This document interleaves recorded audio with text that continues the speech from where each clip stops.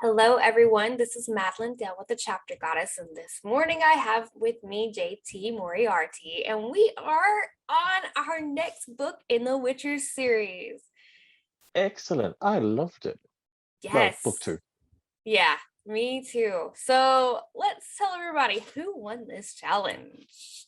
Oh, I read 99% of the book. I didn't read the very last few chapters. I mean, I'm sorry. I'll just have to give you $1 million Australian dollars. I mean, I guess that's okay. It's what, a cup of tea, right? All right. Well, don't have it then.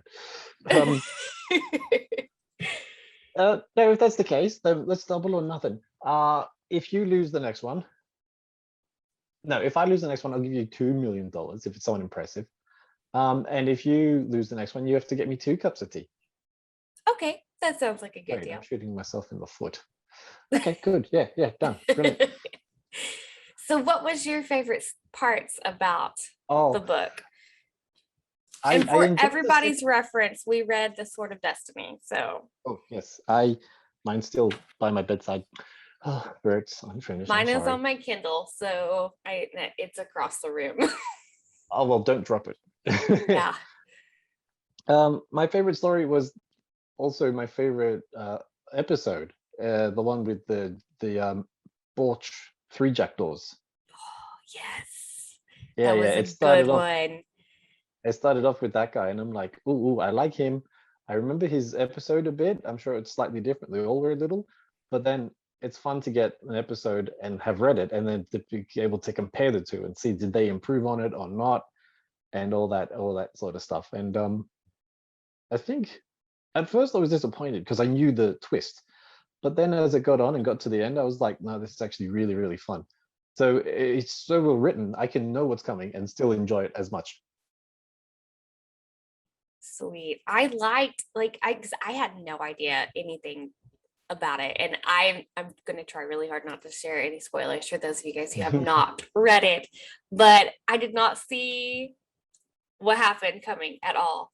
So I was just like, wait, what? And I had to go back and look. I was like, did I miss something?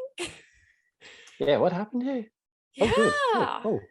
And then the bit with the whole fight over Yennefer and her hand with that was good.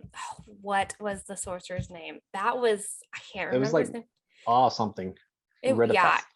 And it was I thought that was funny and hilarious, and the whole reference to the ice, the shard of ice in his heart and everything. A shard of ice.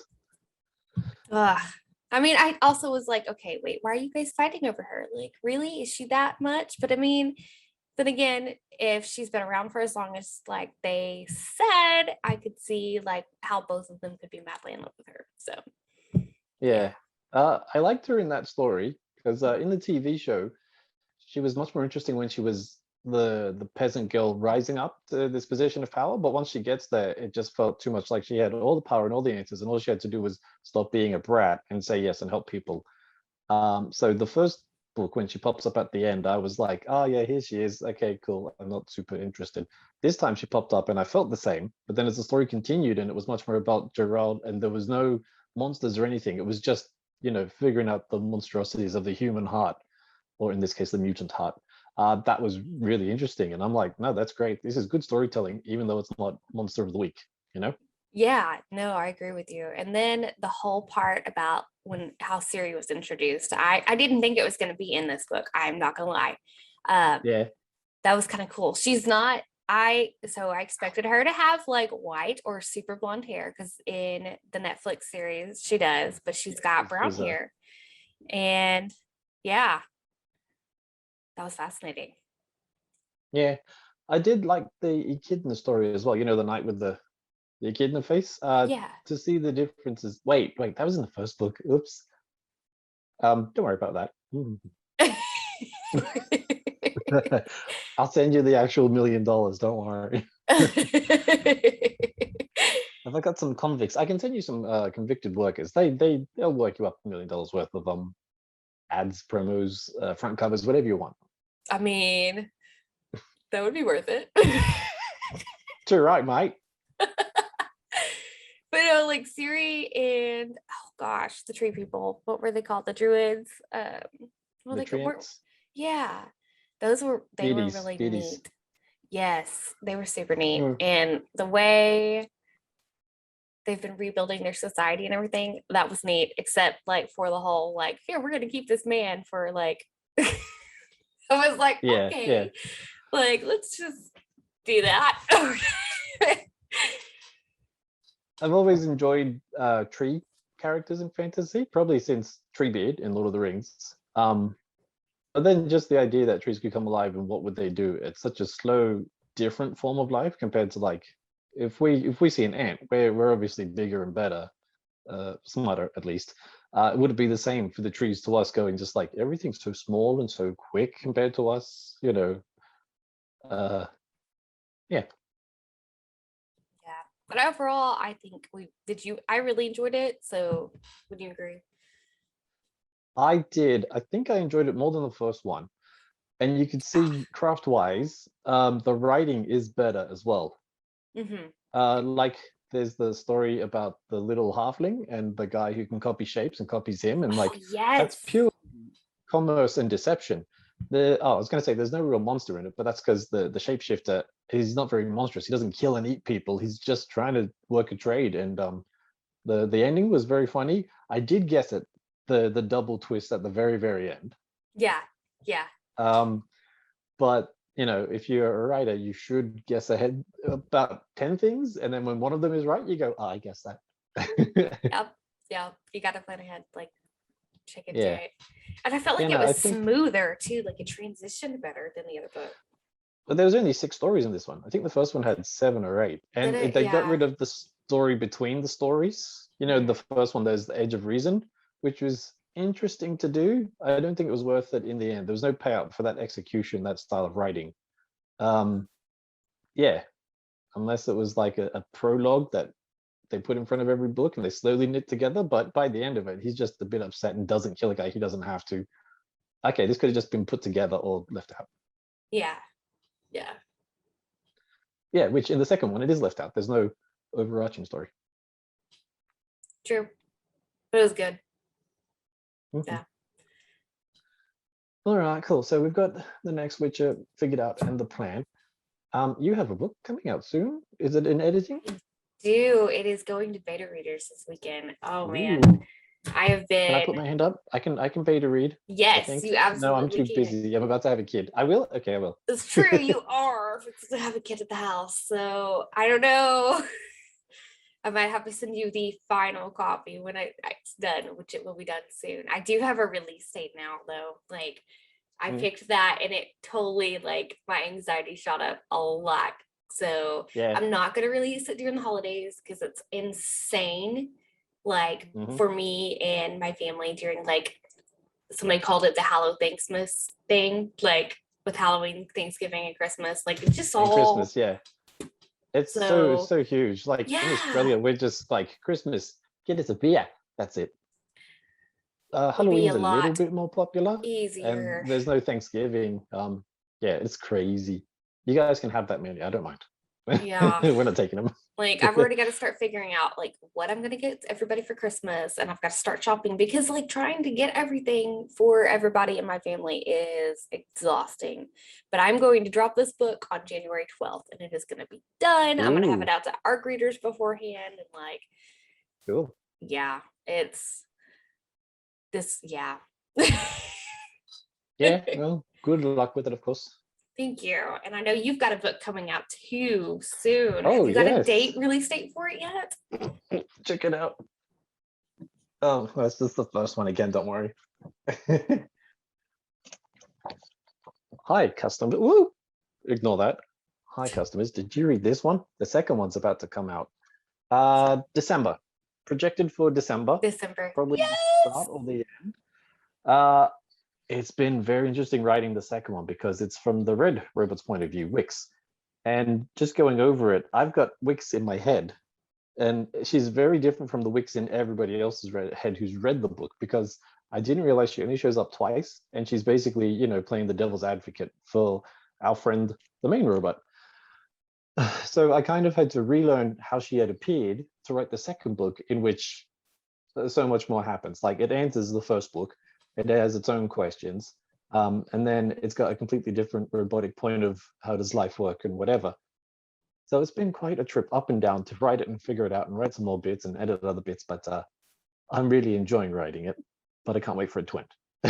Yes, no, I feel that 100%. You're like, oh my gosh, like, and I feel like getting lost in the editing process is exhausting too, because like that's what I've been doing since Sunday, I think, or Saturday. I Yeah. don't know. I've had my head in edits because I'm doing line by line edits, and it's like the Yeah. words start swimming on the screen.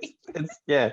When you start fixing a line and halfway through it, you forget what you were fixing it to and where it was, and you're just like, this line's become porridge. I can't, I'm done. Break. Give me a coffee. Yes. And I think I've got like 10 more chapters, and I'm just like, okay, we can do this today. We can do this. Yeah. I'm excited to read your second book though. So I loved Uh, like Wix when she showed up those few times. yeah. I've got three people beta reading it. And Mhm. one of them, he's a friend of mine. He's very good at analyzing. So his point of view, or he always does a super deep dive on what could be the explanation. He won't wonder why and just read the next chapter. He'll dream himself a bit Yeah. beforehand. Another one dropped out because they're a bit busy with uni, but the work they provided was good. And the third one, I told them just read it purely for tone. I don't care, like you don't have to be academic or whatever. Just read it and just tell me what you think. And after a few chapters, she's like, "Yeah, I like Wix. She's a bitch, but I like her." And I'm like, "Brilliant! I got that down pat Yes. at least." You want that though. She's that it's her character. Like I could see that in your first book. So Yeah, good.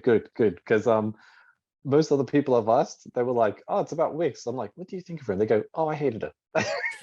I'm like, "Well, she does, for all appearances in the first book, she appears to ruin things with the first robot. But the second one's all, I can't spoil it, but she gets to respond to that. Let's just say, sweet. I can't yeah. wait. Gosh, we both are gonna have some busy times the next couple months with everything. Well, you should get me a copy of yours for Christmas, and I'll get you a copy of mine for I Christmas. will definitely get the early copy. I'm gonna have a cover release in a couple weeks, so Ooh. which I think I've actually sent it to you though. So I was like, I'm really excited You about it, have? but I sent it to you. Yeah. So, And I agree, it matched the yes. tone and the setting. Like I looked at it and went, knowing the contents a bit of it, I was like, yeah. And Ooh, you are one of the only few people I've sent it to that's seen it. So I feel privileged. my author buddies. Yay. Okay. Yay. All right, guys. So the money's on the table and we are ready to move on to the next book, Blood 2 of cups of coffee. Elves. Yes, I'm gonna need Yay. coffee today for sure. Hang on, I've got my copy. It still has the price tag on it. I didn't rush out and just buy this. So we definitely have two different covers here, and I think there's another cover too. I love having like multiple Yeah. versions of the book. I got the chatty Netflix version. Yes. I Oh, think it was mine was available. the like bulk paperback sales book. So, but it's You small and you can hold it in your hand. Easy. I do like that. You want to see a book you can't hold in your hand? What's this? Michael Moorcock, The Cornelius Quartet. Holy monkeys. That's That 4 is books in one. huge. Like you try reading this casually, I was going to Oh, rip the book in half. yeah. Yes, and then I said, "Oh, I've lost it. Oh well." So small books.